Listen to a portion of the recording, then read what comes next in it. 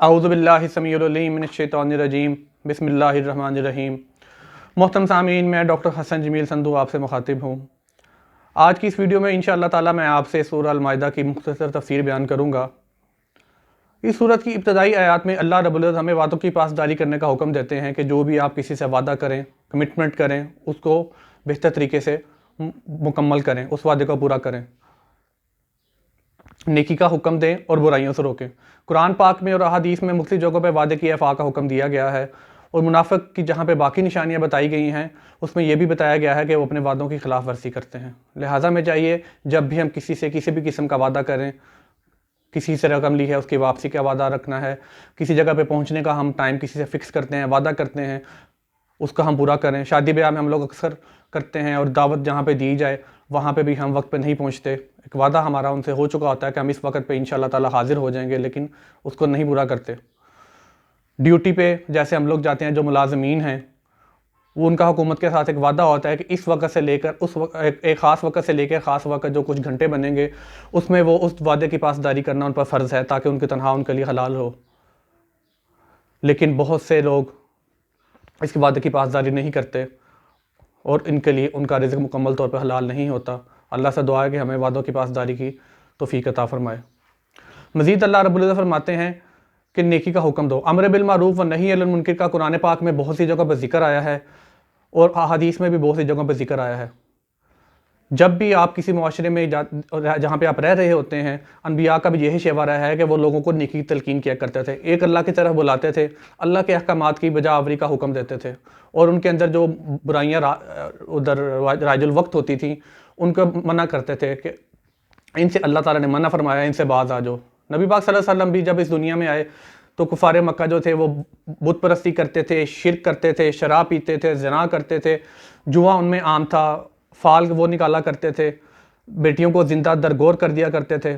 چھوٹے چھوٹے معاملات پہ ان کے اتنے جھگڑے ہوا کرتے تھے کہ صدیوں تک ان کے قبیلے برباد ہو جاتے تھے اور قتل و غارت کا سلسلہ چلتا رہتا تھا۔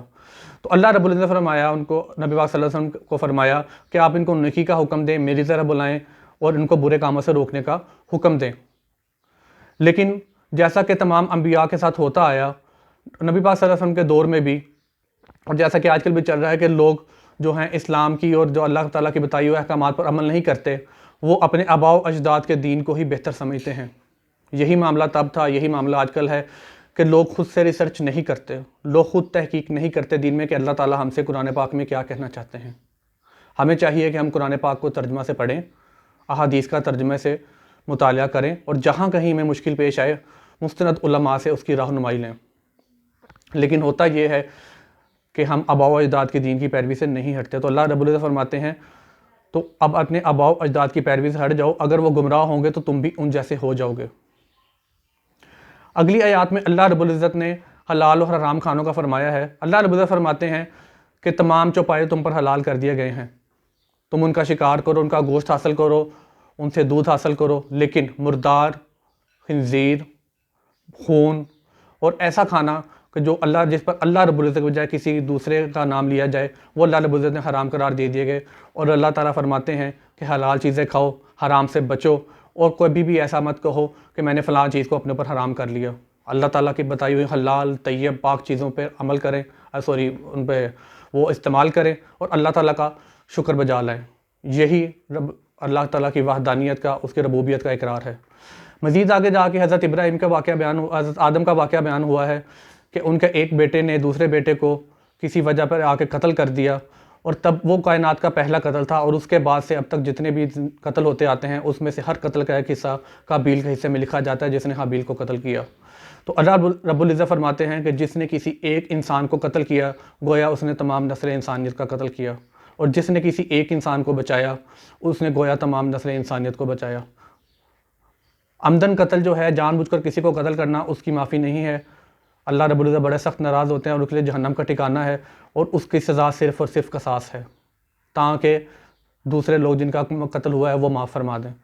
لیکن اللہ رب العزت فرماتے ہیں کہ اگر غلطی سے کسی سے قتل ہو جائے تو اس کا کفارہ ادا کیا جا سکتا ہے، اور قصاص یہ ہے کہ اگر کسی نے جان کے بدلے جان ہے، آنکھ کے بدلے آنکھ، ناک کے بدلے ناک، کان کے بدلے کان، اور جتنے زخم ہیں اللہ رب العزت فرماتے ہیں اتنے ہی زخموں کا بھرپور بدلہ دیا جائے، اور دیت بھی ادا کی جا سکتی ہے اگر کوئی معاف کرنا چاہے تو۔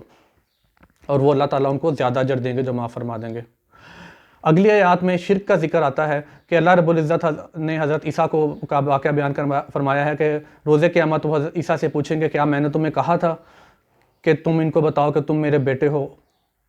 تو وہ حضرت عیسیٰ علیہ السلام فرمائیں گے کہ نہیں میرے رب، اگر ایسا ہوتا تو تمہارے علم میں ہوتا۔ تو اللہ رب العزت فرمائیں گے کہ جو میرے ساتھ شرک کرتے رہے، جنہوں نے میری وحدانیت کا اقرار کیا، دوسروں کو معبود بنا لیا، بت پرستی میں چلے گئے، ان کے لیے دردناک عذاب ہے اور ان کو ہمیشہ کے لیے جہنم میں ڈال دیا جائے گا۔ لہٰذا ہمیں چاہیے کہ ہم ہمیشہ صرف ایک رب کی عبادت کریں۔ یاد رکھیں شرک ہمیشہ عقیدت سے ہی شروع ہوتا ہے۔ دنیا میں پہلا شرک حضرت نوح کی قوم میں شروع ہوا تھا، جب ان کے کچھ بزرگ جو تھے وہ انتقال فرما گئے تو شیطان نے ان کو بہکایا کہ اگر تم ان کی تصویریں بنا لو، ان کی مورتیاں بنا لو تو تم ہمیشہ یہ تمہارے سامنے رہیں گے، ورنہ یہ نہ ہو کہ تمہاری آنے والی نسلیں بھول جائیں ان کو۔ تو ان کی عقیدت میں انہوں نے ان کو یاد رکھنا کرنا شروع کیا اور آہستہ آہستہ ان میں بت پرستی رواج پکڑ گئی۔ ان کے کچھ بتوں کے نام تھے جو انبیاء تھے جن کے نام پہ بت بنے، اس میں یغوث، یعوق، ود، سوا اور نصر تھے۔ یہ تھا وہ سلسلہ جہاں سے بت پرستی شروع ہوئی، اور نبی پاک صلی اللہ علیہ وسلم کے دور میں بھی آپ صلی اللہ علیہ وسلم نے حکم دیا، مختلف انبیاء، حضرت ابراہیم نے بھی اس سے منع کیا، لیکن وہ آج بھی دنیا کے مختلف حصوں میں رائج ہے۔ بت پرستی کی مختلف شکلیں ہیں جیسا کہ آپ جانتے ہیں۔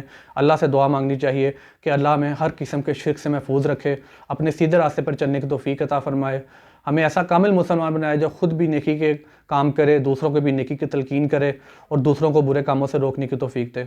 یاد رکھیں بہترین نمونہ جو ہے ہمارے لیے جناب رسول نبی اکرم صلی اللہ علیہ وآلہ وسلم کا ہے، تو اللہ سے دعا کریں کہ اللہ ہمیں ان جیسا بنا دے، ہمارے اعمال ایسے ہو جائیں کہ دوسرے لوگ ہمارے اعمال سے متاثر ہو کر ہم سے نصیحت حاصل کریں، اچھے کاموں کی تلقین ان کو ہو جائے ہمارے کردار سے، اور برے کاموں سے وہ بچ جائیں۔ میری اللہ سے دعا ہے کہ اللہ ہم سب کو قرآن کو سمجھنے، پڑھنے، سمجھنے، عمل کرنے کی توفیق دے اور دوسروں کو بھی بتائیں۔ اللہ رب العزت فرماتے ہیں تم میں سے بہترین مسلمان وہ ہے جو قرآن سیکھے اور سکھائے۔